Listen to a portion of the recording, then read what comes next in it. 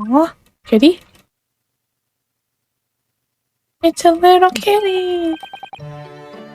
Oh look, it's Bagahai. Good morning, boy. Oh, he's so cute.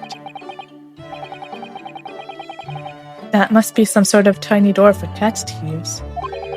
But how did it get there? Do they really not have cat doors in Japan?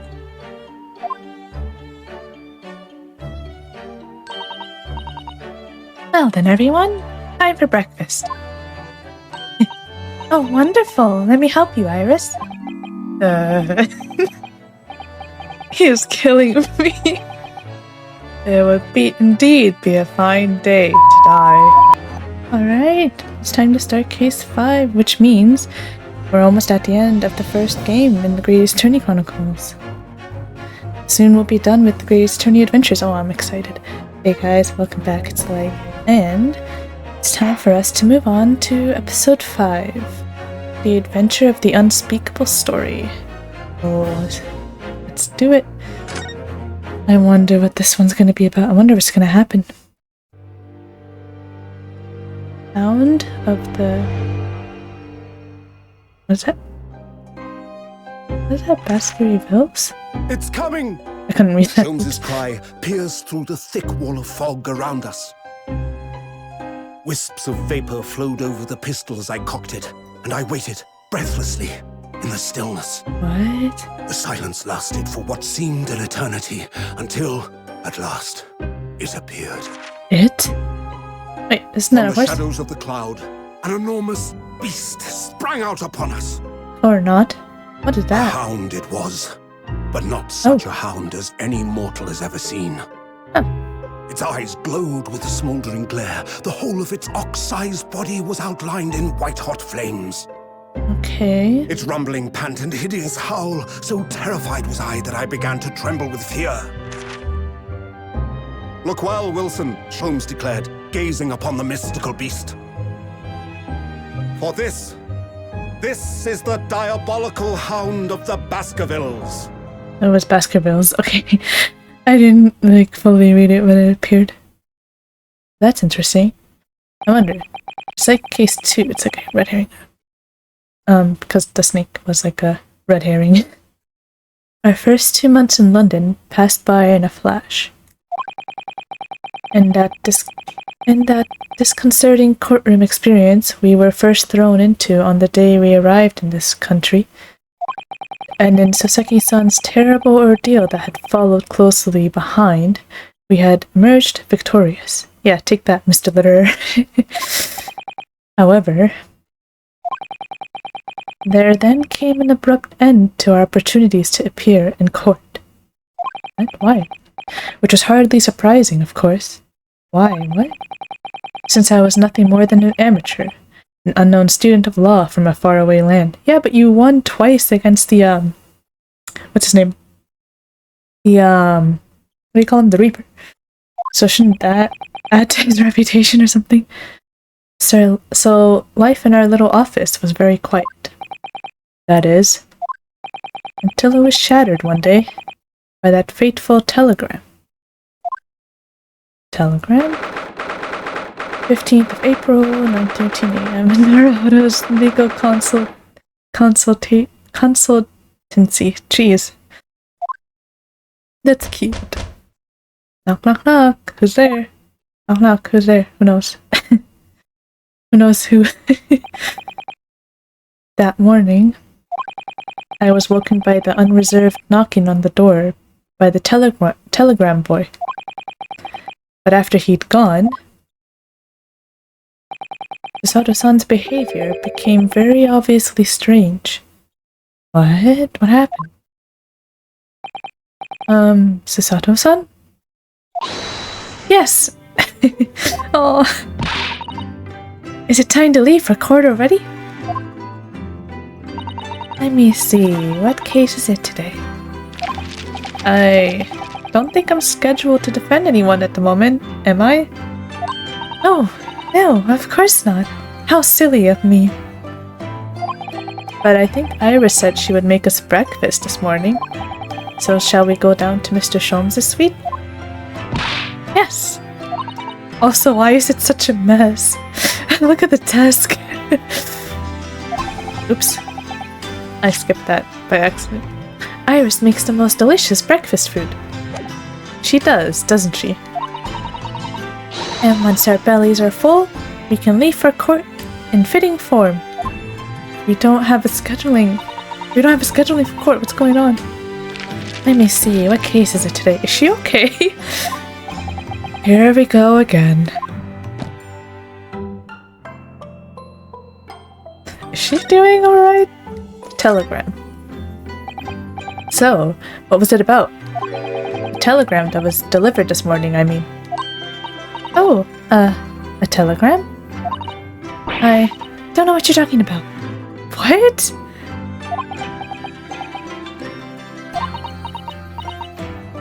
What is going on? Sorry, but you're not going to get away with that. Well, I didn't think I would. Then why try? I don't understand. Actually, don't give it a moment's thought. It's nothing. Nothing interesting. Boring, in fact. You're not helping your case here. Ahem. It was just a boring old telegram. What? Why? What? That's 3 times now that she's tried and failed to convince me it was nothing.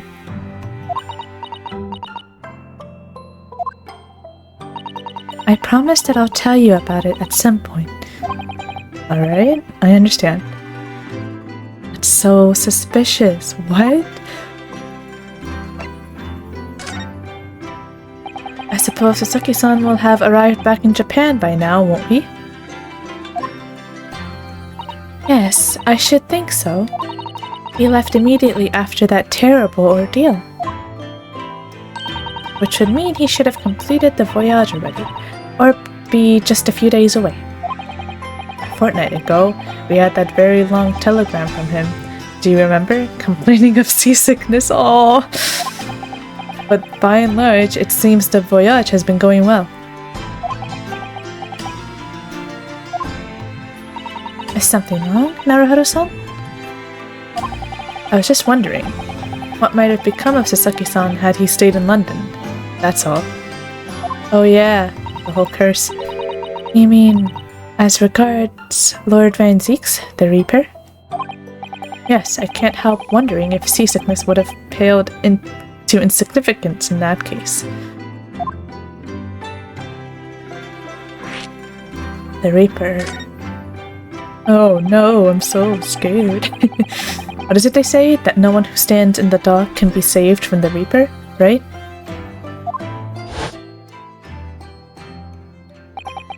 Like the way that nightmare's trial ended on the very day we arrived in London. Even 2 months on, the cause of that dreadful fire is still a mystery. Yes, but at least Sasaki-san is safely out of the country now. Presumably that means that the curse of the Reaper can only take effect within the confines of the city of London, perhaps? Even if that's the case, it's little comfort. I have a terrible sense of foreboding. If the legend of the Reaper is to be believed, it would mean he wields the sword of justice himself. That's crazy. Come to think of it, I wonder what he's been up to these past 2 months. Surely not wielding that sword against more acquitted defendants. Oh man.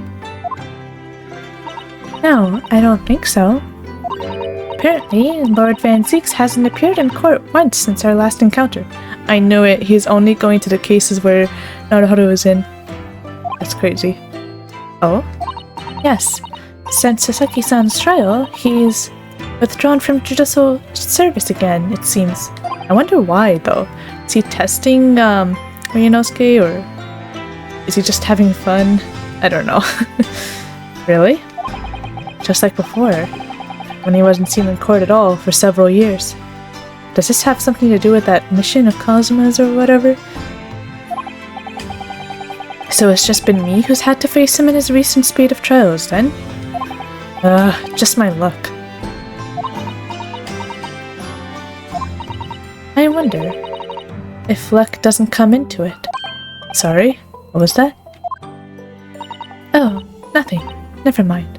See, me and Susato are on the same mind here. It's not about luck, he's purposely choosing Ryunosuke. Oh, we're done conversing? Do we move? Do we examine? We got nothing to present. Oh yeah, we're gonna go have breakfast, but I wanna examine things here first. Like, first of all, this. What is this? What is all this? Oh man. We've only been here in London for about 2 months, but my desk is starting to look a little messy already. You could tidy up once in a while. Susato-san, I always say, making a mess is a small sacrifice to pay for being able to further your studies. And time spent tidying up is time you can't devote to the same cause. I'm using that line. That's funny. And time spent on ridiculous arguments is time that could be better spent on some simple housework. Yes, get him. She wins, but I'm supposed to be the lawyer here. Yeah, no, you can't win against her, my friend. Oh, jeez. Anything here? I just want to examine the surroundings. Tea? Like some tea. It's spring at last, and the weather is warmer now, but I love the smell of the fire and the steam rising from the kettle. Oh, would you like some tea, Naruhodo-san? Thank you, Susato-san, but I'm alright for now. The green tea Susato-san makes from time to time, and Iris's unique herbal infusions. This place is paradise for a true tea lover. Green tea is such a wonderful complement to British tea cakes, don't you think? Okay, I want some now. Shovel? Why is there a shovel here? That spade has been in here since we started renting the place. Oh, that's not a spade, Naruhodo-san. It's a shovel. No, shovels are for digging. That's for scooping up loose material. It's a spade. Don't tell me this is the equivalent of the ladders and stepladder argument. That's funny. No, spades are for digging. That's for scooping up loose material. It's a shovel. Oh, jeez. I don't want to dig a hole for myself, so let's leave it.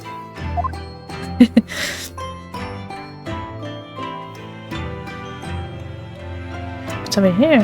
Oh, this is just like the tea making set. Oh my gosh. So this is the tea set. That Susato-san brought with her from Japan. Let's hope she hasn't noticed me slipping sugar and milk into my cup when she makes it. It's just so bitter. Oh, jeez. Tea is a drink to be enjoyed, Naruhodo-san. You really don't have to force yourself to drink it, you know?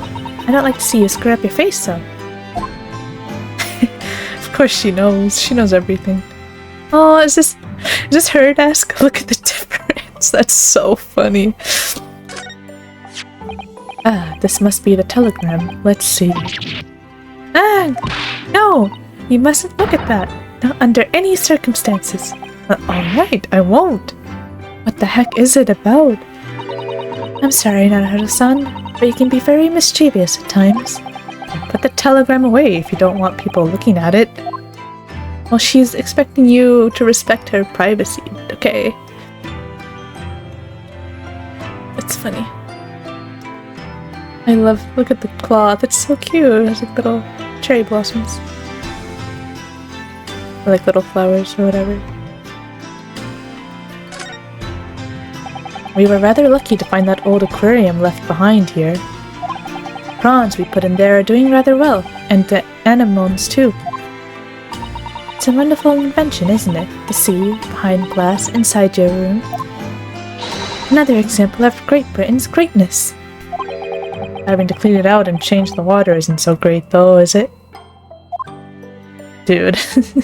He's always complaining, what a whiner. Do you know, I've never seen inside your room there, Susato-san. I've never even peeped inside. I should think. Oh my gosh, I ruined the effect. I should think so too. A young maiden's private chamber is a place of bittersweet secrets, you know? Whatever you say, young maiden. Oh, jeez.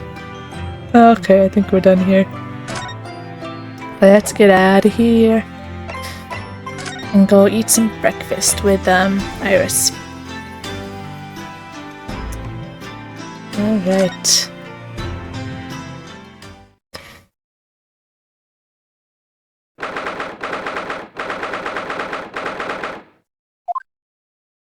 Yay, Iris is here! Morning, Bruno! Morning, Susie! Good morning, Iris. Iris? What is it, Bruno? What is that terrible noise? It sounds like a cat being strangled. If it's, Sholmes trying to play a violin, I'm gonna cry. Ah, yes, you noticed that, did you? I freaking knew it! Oh, why? Hurley isn't in the best form this morning, it seems. Just this morning? Please tell me this is it really just this morning? Because I don't think this is just a one-time thing.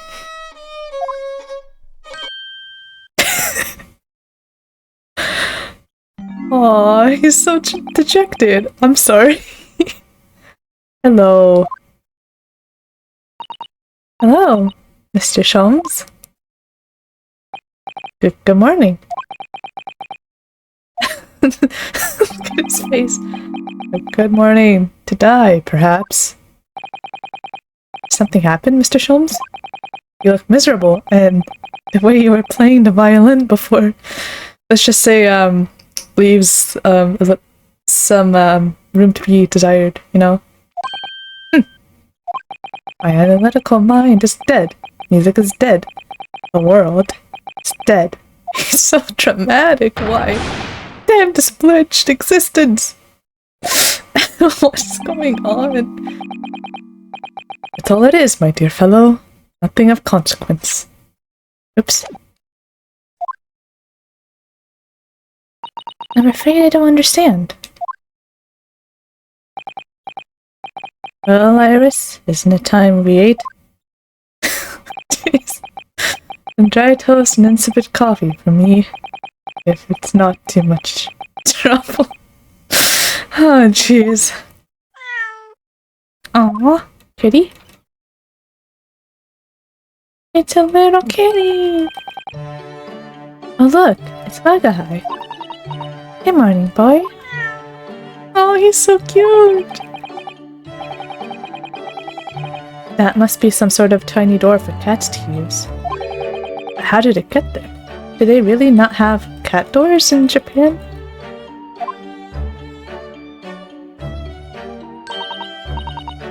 Well then, everyone, time for breakfast. Oh, wonderful. Let me help you, Iris. He is killing me. It would indeed be a fine day to die. I knew something looked different. Something's missing from Mr. Sholmes' desk.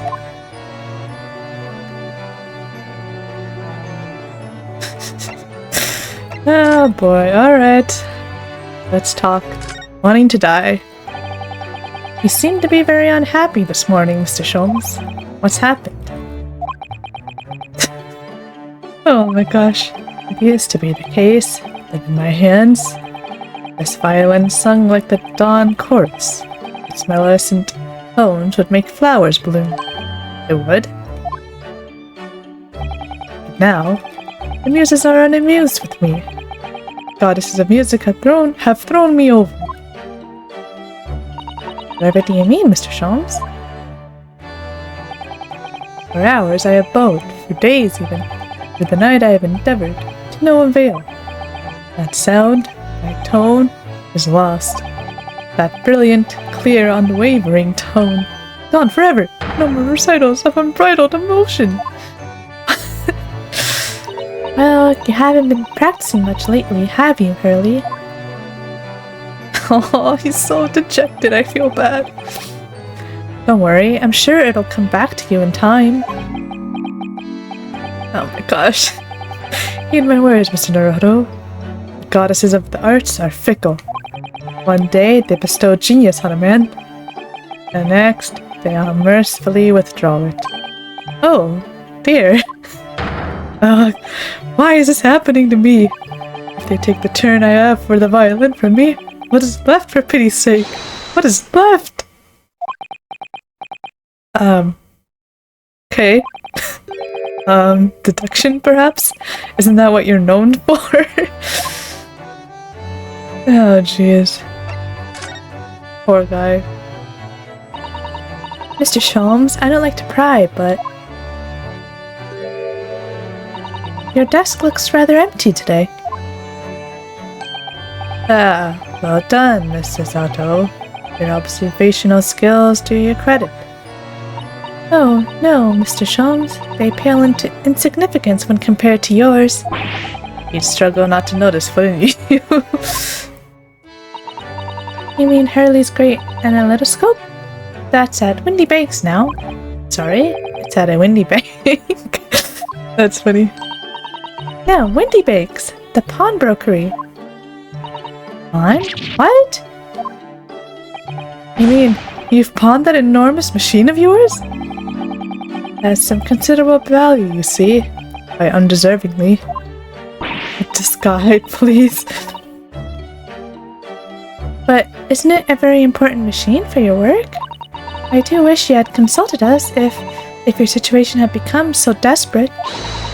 I should have gladly passed what little income I have to you. Oh, Sasato. Dear madam, things are far from desperate. But the pawnbroker has your wonderful machine. How can it be anything but desperate? Making use of a pawnbrokery is quite ordinary here in London, I assure you. This doesn't sound ordinary at all. His eyes. It would seem that neither of you fully understand how pawnbroking works. Oh, what's to understand exactly? How pawnbroking works, let's see. What did you mean when you said we didn't fully understand how pawnbroking works? For the people of London, pawnbrokeries are akin to banks. Banks? On Mondays, merchants relinquish their finest jackets and trappings to their pawnbroker of choice. With the money they receive in return, they are able to trade happily through the week. And then on Saturdays, they go to recover their things using the money they've earned. I had no idea. This has been a fascinating lesson for us. Everyone does it, you see, especially people in inner London. And should they have money to spare, they would purchase another fine jacket. Not to wear, obviously, but to pawn, should the need arise.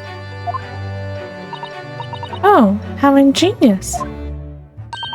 So whenever we have something that's getting in the way, we leave it at Windy Banks, do you see?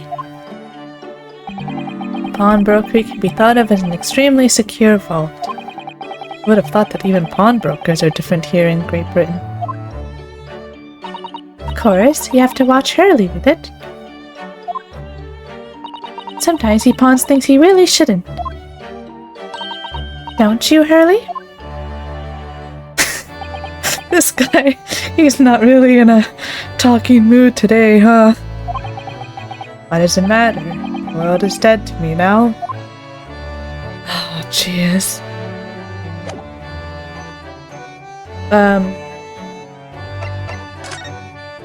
No, huh?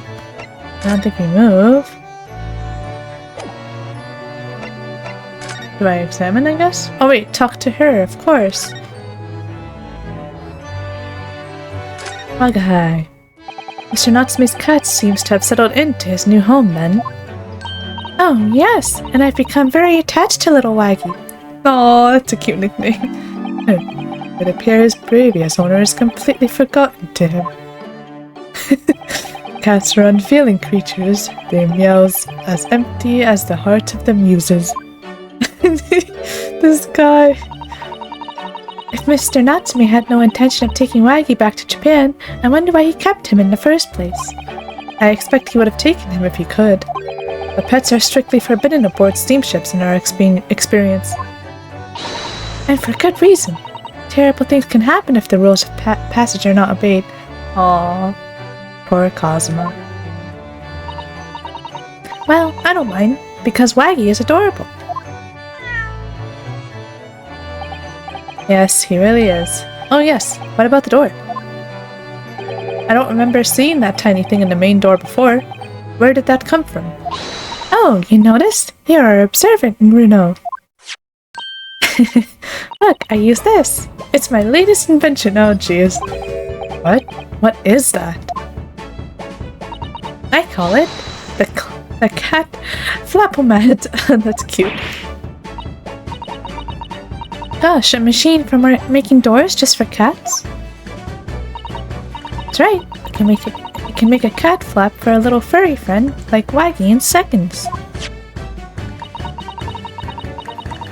And it can do it in any door at all, no matter what it's made of. It's very powerful, you see?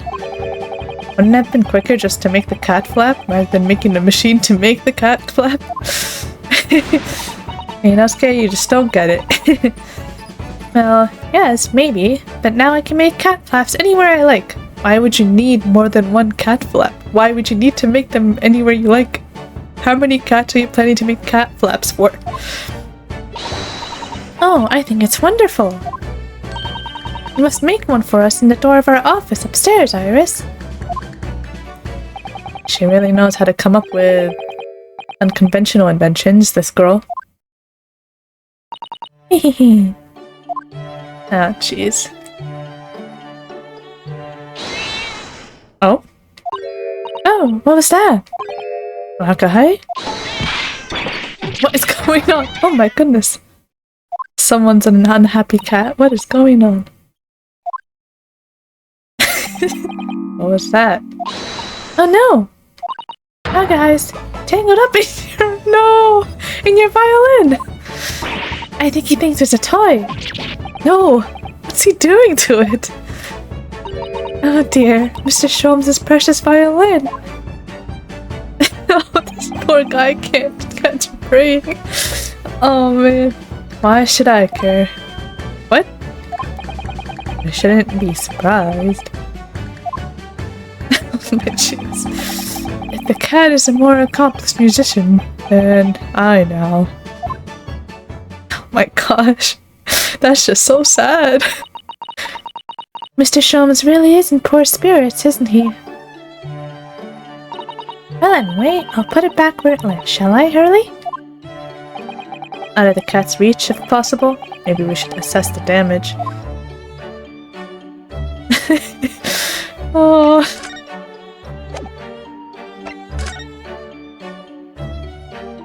Are we meant to, like, look at it over here? You can look around if you want. Hold on, if I press on her again. I guess we can look around.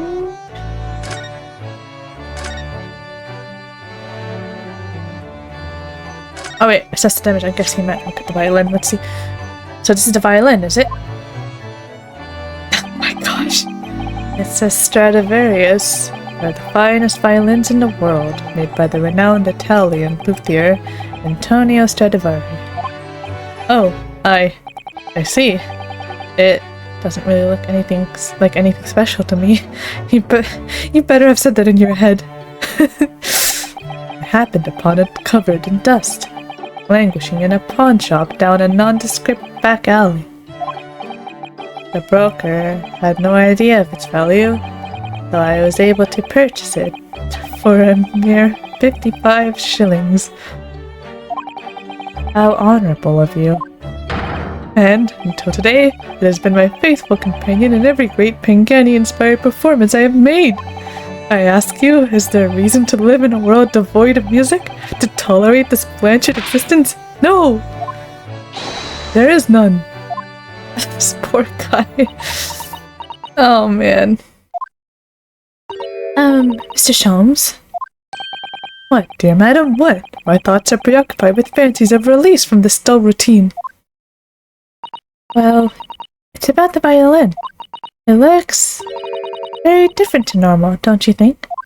Hmm? What do you mean, Mrs. Otto? Oh, Susie's right. Yes. The tone of the wood is completely different. And that's not all. I'm sure there was no crack here before. Wait, it's not even the right size, is it? What? What's this?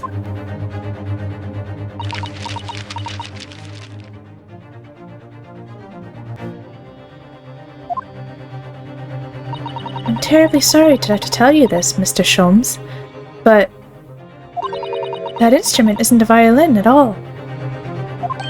Then what? I believe it's an entirely different instrument called a viola. What? What? Oh, Mr. Sholmes, are you alright? You're right. You are quite right. This isn't my faithful Stradivarius. So what, pray, is this piece of stringed flute sail? Not your faithful performing partner, then? Ah, I see what must have happened. You do, Iris? This is just a simple mix-up. Sounds like Iris might be able to tell us exactly what's happened if we ask her. Okay. Do we click converse or do we have to? Yeah, we have to actually examine her. Oh my gosh, stop. Here we go. Mix up, indeed, huh? Mix up about what? What did you mean by a mix up, Iris? Well, you see, this this viola, I mean,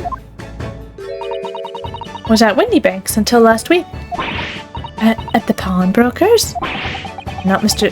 Sholmes' beloved musical partner. There is a proverb from the East, with which you are no doubt familiar, my dear fellows. Always let a beloved child travel. I don't think taking it to a pawnbroker's shop is traveling, but okay. Yes, indeed. So you sent your beloved violin to the pawnbrokers in the hope that it would experience personal growth? Oh, what a wonderful idea! No. Why are you supporting this? Wait, sorry, she's a fan, of course she's gonna support whatever he says. Last week, I pawned my great analytoscope in order to release my precious instrument. But it would appear Mr. Windybank mistakenly furnished me with this tawdry fiddle instead. But my ears cannot be deceived by the hollow timbre of this piece of timber. No, but your every sense was deceived by the fact that it just had strings. Pshaw, a fine state of affairs this is. And why I always say, Miss Naruto, never trust a pawnbroker. They will try to fiddle you every time. Oh, he got his spirits back up quick. But earlier you told us that you could think of a pawnbrokery as an extremely secure vault.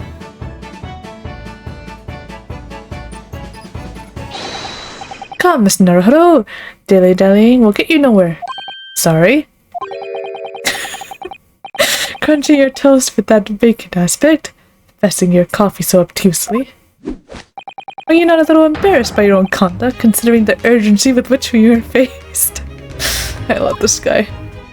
We must visit Mr. Windybank's brokery at once. That's right, isn't it, Mr. Sholmes? Precisely, Mr. Sato. Without a moment's delay. But I haven't finished my bacon and eggs. My dear fellow, surely you do not still intend to crunch your bacon with an increasingly vacant aspect, to press your egg ever more obtusely? Alright, say no more, let's go then. Don't worry, Rena, I'd be happy to heat it up for you again later. Aww. Oh, thank you, Iris. As it happens, I am rather curious to see what a British pawnbroker's looks like. Alright, we'll have to see what the British pawnbrokers looks like next time. Wow, this is crazy. Oh, he is so dramatic. Alright guys, we'll continue this next time. Hope you guys are having an amazing day, and I'll see you in the next one. See you later.